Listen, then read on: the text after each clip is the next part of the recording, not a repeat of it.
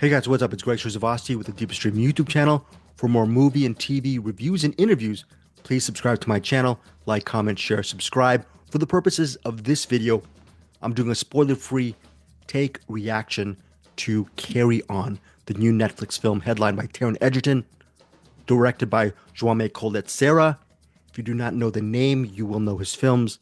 Serra's last two films are Jungle Cruise and Black Adam, both with Dwayne "The Rock" Johnson. Before that, he directed a whole slew of movies with Liam Neeson: Unknown, Nonstop, The Commuter, Run All Night. I think that might be all of them. And then I think one of his earlier films is this pretty much cult, or actually was it a hit when it came out in the box office? Orphan. Love that movie. I love a lot of this stuff. So I was in the bag, definitely in the bag for this movie. He also did that shark movie, The Shallows, I believe. I believe that's the name of that. But Jaume Colette Serra, very good director, very good genre filmmaker. And this Netflix movie, Carry On, should be a no-brainer.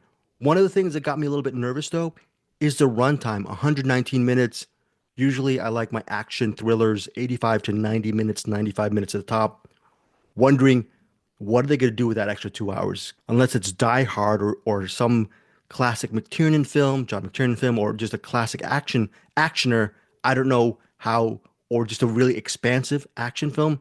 Don't know if the 2 hours would merit it. I was wrong with Carry On because this movie is set in Los Angeles, specifically LAX. Taron Egerton plays a TSA agent named Ethan Kopech. He is married. I believe he's married to this really wonderful woman. What is her name? Played by Sophia Carson. She plays Nora. She's also another person who works in LAX, but she has a very more of a supervisor managerial position, and he is a lowly TSA agent, not because of his capabilities, but because Ethan, for the last 3 years, he's been coasting on his job, and he doesn't really want to get his promotion. His dream is to become a police officer, but he's actually buried his dreams and put his soulmate first, which is a great thing to do. But while doing that, he's been a little bit directionless when it comes to his own career and priorities. And actually, he seems fine with the compromise because his wife is happy and she's his priority. But ultimately, he his own dreams are actually secondary to the dreams of his wife and their union and their upcoming, she's pregnant, and their upcoming baby. Okay, so that's their mix. That's their domestic mix and their work mix as well. Enter Jason Bateman as a traveler. I think he's just called Traveler in this movie. He's the bad guy, and he has a very dangerous briefcase that he wants to get through, not customs. He wants it to get through security for his own purposes. Will not mention what's in the suitcase. It has a red ribbon on it, but there's something in the suitcase that could be very, very dangerous to one of the flights, or maybe you never know where this luggage is going. All the traveler wants is to get that luggage through security, and that person who can do that is Ethan, that TSA agent, again played by Taron Egerton. All Ethan has to do is to follow the traveler's advice or commands, and everything will be fine for Ethan. Because if he does not do that, then Nora gets killed. More people in LAX will get killed if Ethan does not listen to the traveler. Danielle Deadweiler, I don't know if I'm pronouncing her name correctly.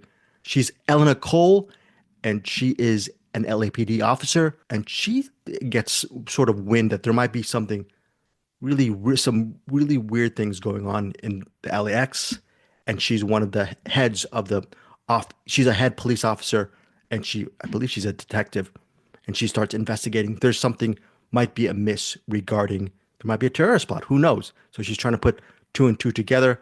Helping her on the case is Logan Marshall Green. You might know him from that great movie Upgrade. He is Agent Alcott. So Agent Alcott and the cop, Eleanor Cole, played by Daniel Deadweiler, they're actually suspicious of something might be going on in the airline. So the great thing about it is Jason Bateman is great as Traveler. He's awesome as a villain. I mean, he knows how to bring the darkness in this, and the chess match between him and Ethan are very good. Now, going back to the whole thing about it being 2 hours, 119 minutes to be exact, it could be more repetitive if it was just a chess match between both of them. But like I mentioned, all of these different characters, the LAPD person played by Daniel Deadweiler, also Logan Marshall Green as the agent, they have a really good subplot as well. And the other co-workers within the LAX situation, they each get their not chance to shine, but there are different little subplots within the main framework of the story. So was not bored with 119 minutes. Bateman's excellent. Taron Egerton, he plays. It's not your sort of predictable protagonist who's always going to do the right thing. He is ultimately a guy who has been sleepwalking through the last several years of his life, and suddenly he has to bring some of those hidden talents he might have had before to bear on this very fateful day in Los Angeles. So ultimately, Carry On at 119 minutes.